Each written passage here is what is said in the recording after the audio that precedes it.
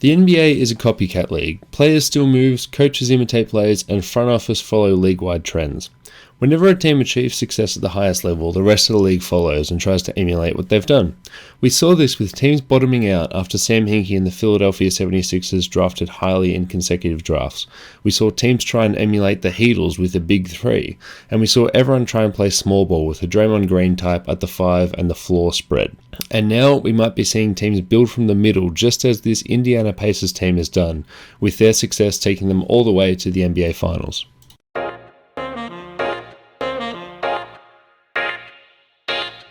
This Pacers team is on an incredible run, and honestly I think I'll be telling my grandkids about this team, but is what they've done repeatable? It has been well documented how the two 2025 NBA Finals teams came to be, both with roots in the Paul George trade to the LA Clippers in 2019. The Pacers were lucky enough to be trading with the Sacramento Kings, a team who had drafted a promising young guard in the 2020 NBA draft, but years of subpar play had forced ownership into desperate buyers looking to win now, and by that I mean win immediately.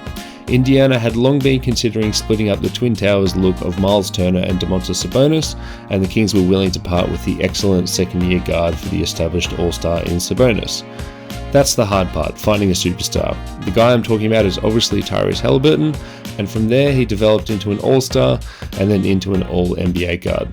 The Pacers have always been shooting for the 8th seed under owner Herb Simon. Critics, like myself at times, will say it's a folly, and the fact that he hadn't paid the luxury tax since the 2005 season means that he's happy just making money with a consistently good team with no real high-risk, high-reward moves. Well, lucky into Haliburton was just the move that they needed, and he gave the team a clear identity. 3 full seasons with Tyrese on the roster later, the Pacers made a move for a second star in Pascal Siakam, and with a consistently deep supporting cast, we got to where we are today. Now, that is an insanely quick rush through of this Pacers team, but it's because I want to talk about where we are today. I mentioned trends in the past, including creating a big three and tanking like the process Sixers. The problem with these types of teams is that Adam Silver clearly doesn't want it to happen. Silver is making tanking so hard to pull off it's almost impossible to truly bottom out and hope that you get a high pick.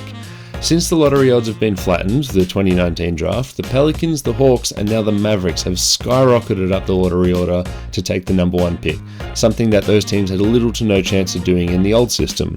Just ask the Utah Jazz, the Charlotte Hornets, and the Washington Wizards how their tanking, or maybe just being bad at basketball, has been for them. Also, Adam Silver has slowly increased punishments for expensive teams before landing on the new second apron CBA in the 2024 offseason, acting essentially as a hard cap. He did this while greatly incentivizing players to stay with their current teams, giving front offices the ability to re-sign players for more and earlier than rivals in free agency, with or without individual accolades. We're at the point now where someone like myself, a freewheeling spender of billionaire owners' money, is even saying stuff like, oh well, if you just dump Sam Hauser's contract elsewhere, you save $80 million in cold hard cash, like far out, like forget the useless depth, just do it. And he also introduced the play-in tournament, giving teams as low as the 10th seed in each conference a sniff at playoff basketball and some of that sweet elimination game revenue. Good question, Mr. Title Card. The Pacers are an incredibly well-coached team with role players playing sustainably out of their minds, so I don't want to take away from that. But they also represent a team who are perennially stuck in the NBA's middle tier, not bad enough to get a high draft pick and not good enough to make some actual noise in the playoffs. In the past, that just wasn't good enough. The other teams, with burgeoning young talent like the Process Sixers, the Giannis Bucks, or the 2J Celtics, would just pair their young stars with big-name free agents and shoot up the power rankings. Or a savvy front office who didn't have its money tied up in a mid-tier team could bottom out and then maybe go the free agency route, like Jimmy Butler joining the Miami Heat or the KD, Kyrie, and Harden Brooklyn Nets. Today, you realistically can't keep a team of 3 max players together for a very or just long period in general, and you can't bottom out for years in a row and expect to draft some future all-stars. The lottery is just not as reliable as it used to be. A model like what the Indiana Pacers did and are doing might be the new meta. Remain competitive, win a few trades, buy low on some guys, and hope that coaching and continuity take you to the promised land. It's not an exact science. The Pacers still hit on some mid to late draft picks. Their buy low acquisitions have been insanely great, and not every team has a coach as great as Rick Carlisle. But looking across the rest of the copycat league, the Orlando Magic just pushed a lot of their trade chips in for a non-all-star starter in Desmond Bane. Are they looking at this Pacers run thinking that they don't need a third star next to their forwards? They can just trust the talent and depth they have and hope that it breaks right? Is a team like the Atlanta Hawks more primed to winning than we think if the league pivots into quality depth rather than quality of depth? Probably not. They might be a bad example, but a probably good example is the Boston Celtics.